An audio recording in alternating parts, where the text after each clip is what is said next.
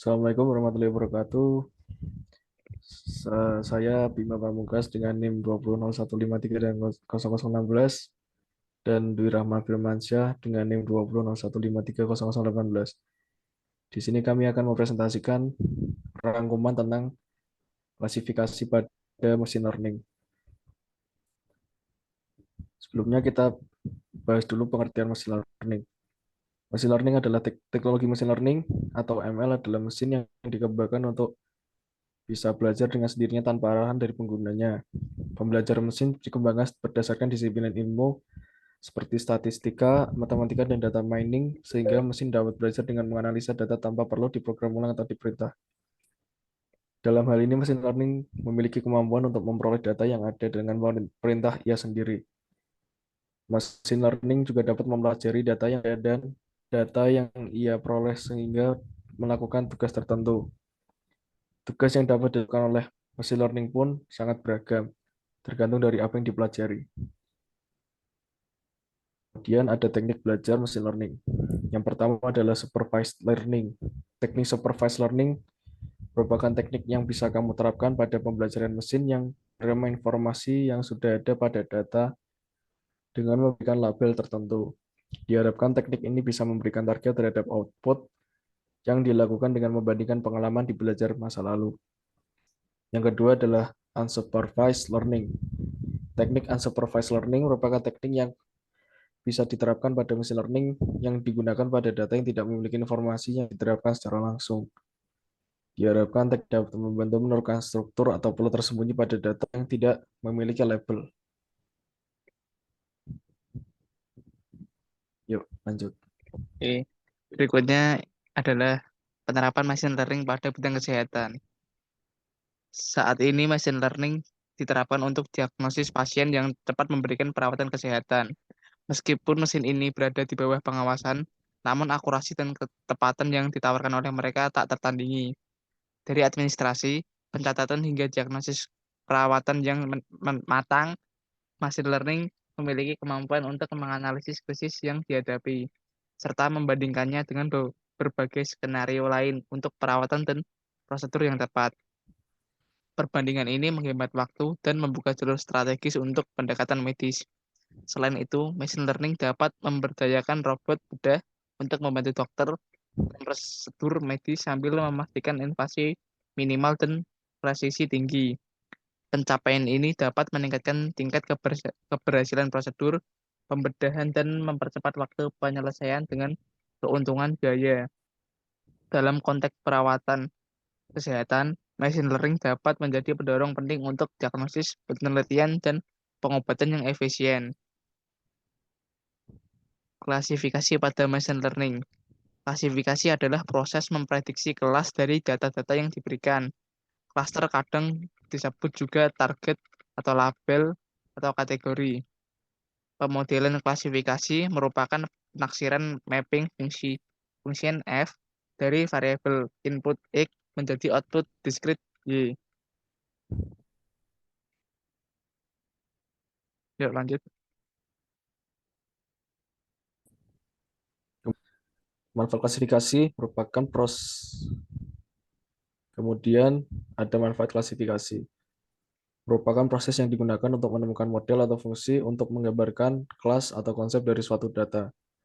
Pada proses klasifikasi ini, data mining akan mendeskripsikan data yang penting dan juga dapat meramalkan kecenderungan data pada masa depan. Kemudian ada cara kerja klasifikasi. Yang pertama, tentukan jumlah tetangga atau K yang akan digunakan untuk pertimbangan penentuan kelas.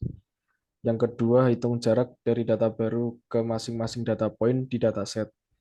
Kemudian yang terakhir adalah ambil sejumlah K data dengan jarak terdekat, kemudian tentukan kelas dari data baru tersebut. Berikut ini adalah Lanjut. contoh soal klasifikasi. Nah, di sini ada soal. Bisa dilihat di sini ada tabel XY dan kategori. Kita selanjutnya max beam. Di sini kita asumsikan untuk parameter K adalah sama dengan 3. Selanjutnya kita hitung jarak antara data baru dengan semua data training. kita menggunakan Euclidean distance.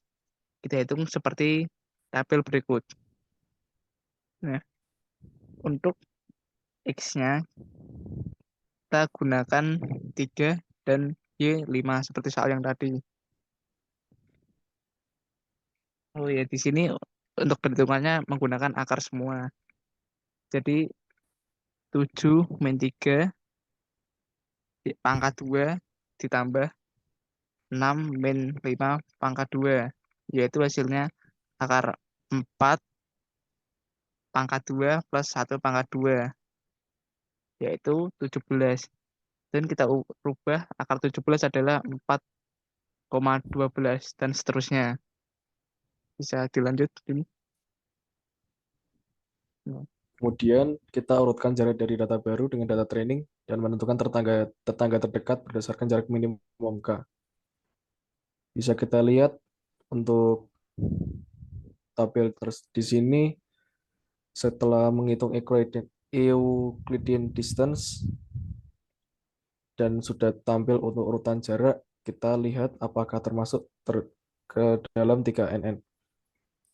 Di sini kita harus menghitung apakah urutan jarak tersebut lebih kecil dari 3 karena tadi yang kita pakai adalah 3.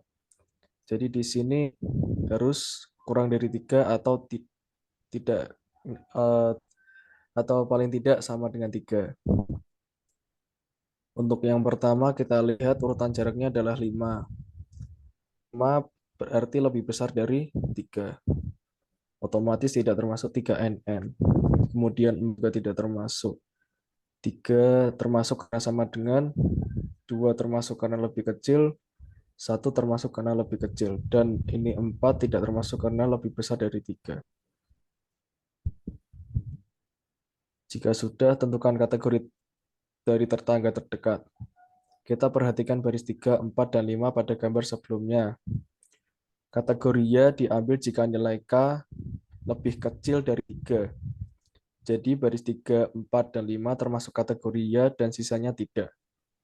Bisa kita lihat di sini kategori Y untuk KNN hanya ada 3 karena pada kategori yang termasuk dengan 3NN hanya ada 3. Lanjut. Ya, bisa dilihat di sini data yang kita miliki pada baris 3, 4, 5 kita sebenarnya mempunyai 3 kategori good. Ini belum diganti ya, tapi 3 kategori good. Nah, dari jumlah mayoritas good lebih banyak daripada bad, tersebut kita simpulkan bahwa data baru yaitu X sama dengan 3 dan Y sama dengan 5 termasuk good. Sekian presentasi dari kelompok kami. Terima kasih. Wassalamualaikum warahmatullahi wabarakatuh. Wabarakatuh.